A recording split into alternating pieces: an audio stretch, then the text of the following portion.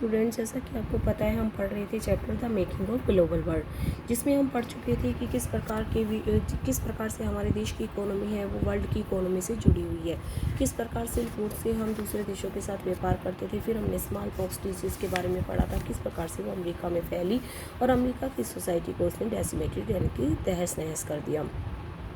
फिर हमने पढ़ा था रिंटर पेस्ट के बारे में, एनिमल डिजीज़ जो कि अफ्रीका में फैल गई थी, अफ्रीका के लोगों की लाइवलीहुड ख़त्म हो गई थी। फर्स्ट वर्ल्ड वार के बारे में हमने पढ़ा था, 1914 में हुआ था, 1918 में ख़त्म हुआ था।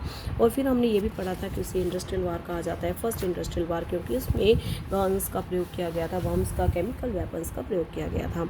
फिर हमने देखा सेकेंड वर्ल्ड वार है 1939 में हुआ, 1945 में ख़त्म हुआ। और किस प्रकार से आप देख भी पा रहे होंगे कि इनका प्रयोग हुआ था, किस प्रकार से बहुत सारे लोग हैं वो मारे गए थे। अभी हम पढ़ेंगे post war settlement and the Bretton Wood institution.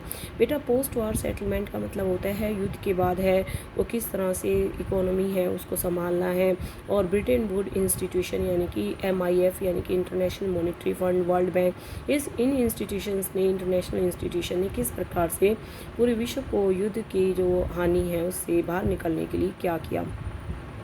Economists and politicians draw two key lessons from interwar economic experience. First, and industrial society based on mass production can't be sustain. उन्होंने जैसे आपने देखा था कि यूएस ने recovery की थी, US ने वार की रिकवरी है मास प्रोडक्शन करके की थी, तो ये कह रहा है कि सिर्फ मास प्रोडक्शन करने से कुछ नहीं होगा, मास कंजम्पशन के बिना मास प्रोडक्शन करना व्यर्थ है।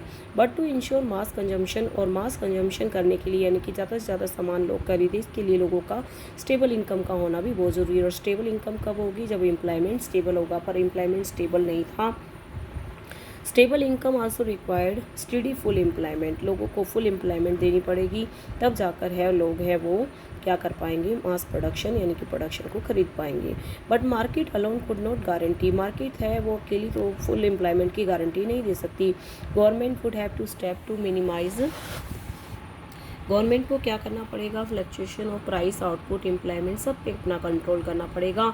मतलब अगर इकोनॉमिक स्टेबिलिटी आ सकती है तो वो सरकार के इंटरवेंशन की वजह से आ सकती है।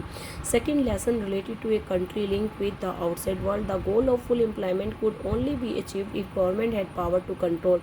मतलब अगर हम चाहते हैं कि फुल एम्प्लॉयमेंट हो तो सरकार को अपने हाथों में फ्लो ऑफ गुड, कैपिटल और लेबर का कंट्रोल अपने हाथ में लेना होगा। मेन एम इसका यही था कि जो ब्रिटेन वुड इंस्टीट्यूशन एस्टेब्लिश की थी कि इकोनॉमिक स्टेबिलिटी है उसको लाया जाए और फुल एम्प्लॉयमेंट है वो सभी देशों में हो। इसका फ्रेमवर्क है वो तैयार किया गया था जुलाई 1944 में, कहाँ पर, Bretton Woods in new hemisphere USA।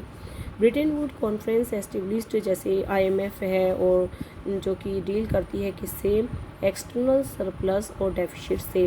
दूसरे जो भाई बेटा ऐसा होता है जो IMF और जो वर्ल्ड बैंक है ये इंटरनेशनल इंस्टीट्यूशन है और इसके मेंबर कंट्री होते हैं। तो मेंबर कंट्री यदि वो एक्सटर्नल ट्रेड कर रहे हैं और सरप्लस में है तो उसको भी वो देखती है, और डेफिसिट में है तो उसकी डेफिसिट को भी पूरा करती है। International Bank for Reconstruction and development, जिसको हम वर्ल्ड बैंक भी बोलते हैं बेटा, इसको IBRD है, इसको हम क्या बोलते हैं, वर्ल्ड बैंक भी बोलते हैं। ये भी पूछा जा सकता है 1 मार्क्स के क्वेश्चन में। इसने भी क्या किया था, रिकन्स्ट्रक्शन करने में हेल्प की थी। IMF और World Bank are refer to, ये दोनों क्या हैं, ब्रिटेन वुड्स। काफ़ी समय तक बच्चे बहुत कंफ्यूज रहते हैं, ये ब्रिटेन वुड्स इंस्टीट्यूशन ये कौन सी है। बेटा जो इंटरनेशनल इंस्टीट्यूशन है IMF, इंटरनेशनल मॉनेटरी फंड, और वर्ल्ड बैंक, जिसको हम और क्या कहते हैं, International Bank for Reconstruction and Development, ये ब्रिटेन वुड इंस्टीट्यूशन है। The post war international economic system is also described as the Bretton Wood system. IMF और World Bank commenced financial operation, दोनों ने देशों जो मेंबर कंट्री थे उनको finance देने का काम किया था। Decision making in this institution is controlled by western industrial power, और डिसीजन मेकिंग किसके हाथ में थी, industrial power, western industrial power के हाथ में थी। और आपको पता है जितनी भी ये इंटरनेशनल ऑर्गेनाइजेशन होती है इसमें एक देश होता है जिसके पास वीटो पावर होती है, और IMF और वर्ल्ड बैंक के डिसीजन में वीटो पावर किसके हाथ में थी, US के हाथ में थी। वीटो पावर का मतलब होता है कि जो भी लास्ट डिसीजन होता है, अगर डिस्प्यूट्स होते हैं या कोई बात में एग्रीमेंट नहीं होता तो लास्ट डिसीजन है वो उसी का होगा जिसके पास वीटो पावर होगी। International monetary system is system linking national currency और monetary system. Bretton Woods system was based on the fixed exchange rate. Bretton Woods का जो सिस्टम था फिक्स्ड एक्सचेंज रेट पे आधारित था, यानी कि $1 के मुकाबले जो जैसे इंडिया के रुपए के मुकाबले $1 की वैल्यू है वो फिक्स थी। In this system national currency for Indian rupee was pegged to $1 at a fixed exchange rate.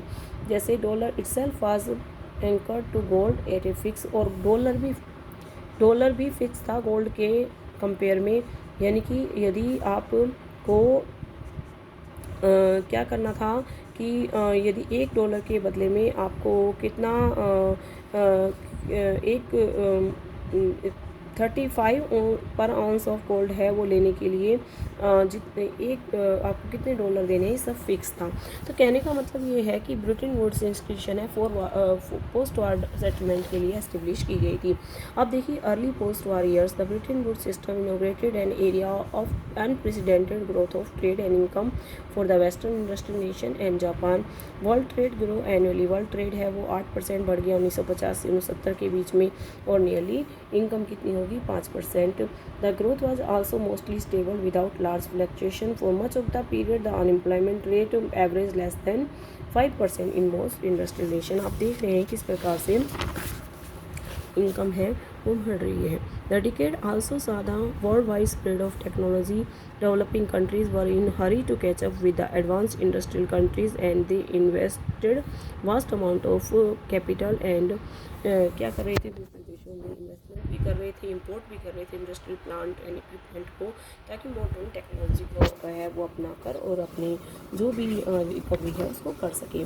तो आपने क्या पढ़ा है बेटा, आज आपने ब्रिटेन वुड्स इंस्टीट्यूशन के बारे में पढ़ा है जिसने युद्ध के बाद सेटलमेंट में बहुत हेल्प की मेंबर कंट्रीज़ की, और इसमें भी वीटो पावर है वो किसके पास होती है, यूएस के पास। वीटो पावर मतलब फाइनल डिसीजन लेने की पावर। फिर आपने देखा कि किस प्रकार से युद्ध के बाद है वो दूसरे देशों से इंपोर्ट किया गया प्लांट एंड इक्विपमेंट को, और इन्वेस्टमेंट की गई, वास्ट कैपिटल है, और किस तरह से टेक्नोलॉजी को लाया गया ताकि रिकवरी की जा सके। तो अब हम ये चैप्टर है लगभग ख़त्म हो चुका है। अपने लास्ट वीडियो को मैं अब डालूंगी जो उसमें हम डीकोलोनाइजेशन एंड इंडिपेंडेंस के बारे में पढ़ेंगे, end of Bretton Woods and the beginning of globalisation. बेटा एंड ऑफ ब्रिटेन वुड्स का मतलब है जो ये ब्रिटेन वुड इंस्टीट्यूशन थी इसने डेवलप्ड कंट्रीज़ के फेवर में काम किया था, डेवलपिंग कंट्रीज़ के फेवर में काम नहीं किया, इसलिए ये ख़त्म हो गई और फिर युग शुरू हो गया ग्लोबलाइजेशन का, यानी कि विदाउट रेस्ट्रिक्शन ट्रेड करने का, export and import without restrictions होते थे ग्लोबलाइजेशन के युग में। आज का समय कैसा है, ग्लोबलाइजेशन का युग है, आज भी व्यापार है, एक्सपोर्ट इम्पोर्ट है वो विदाउट रेस्ट्रिक्शन होते हैं। तो ये हम अपने लास्ट वीडियो में दोनों टॉपिक कवर करेंगे, इसके बाद ये चैप्टर ख़त्म हो जाएगा, हम एक छोटा सा टेस्ट और लेंगे इस चैप्टर का। ओके बेटा, थैंक यू सो मच।